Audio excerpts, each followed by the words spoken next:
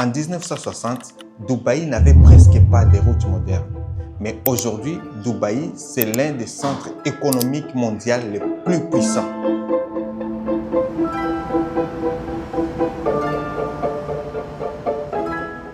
Il y a de cela quelques décennies, le Dubaï que vous voyez n'était pas mondialement si connu comme aujourd'hui. Il n'y avait pas de Burj Khalifa, il n'y avait pas de grands centres commerciaux, il n'y avait même pas de grandes entreprises internationales. Il y avait principalement un petit port, des pêcheurs, des commerçants et une population qui vivait dans un environnement difficile. Mais quelque chose va changer. Les dirigeants de Dubaï ont compris une chose importante. Une ville ne se développe pas seulement avec ses ressources naturelles. Une ville se développe par une vision. Alors, ils ont commencé à investir dans ce que beaucoup ne voyaient pas encore.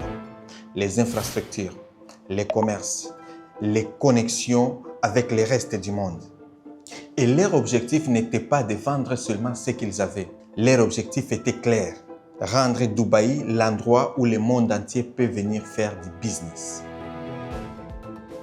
Et aujourd'hui, quand les entrepreneurs du monde entier viennent à Dubaï, ils découvrent plus qu'une ville moderne, un système déjà construit pour faciliter les échanges.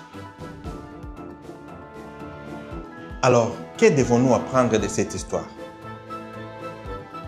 Le développement commence toujours par une idée. Puis une idée devient une vision. Puis la vision devient une action. Alors moi, je suis à Dubaï, je continue à explorer les histoires, les stratégies et les opportunités qui peuvent aider les entrepreneurs africains à comprendre comment le monde du business fonctionne ici. Alors, tu peux t'abonner pour ne pas rater les leçons de réussite que les histoires de Dubaï nous apprennent. Ok?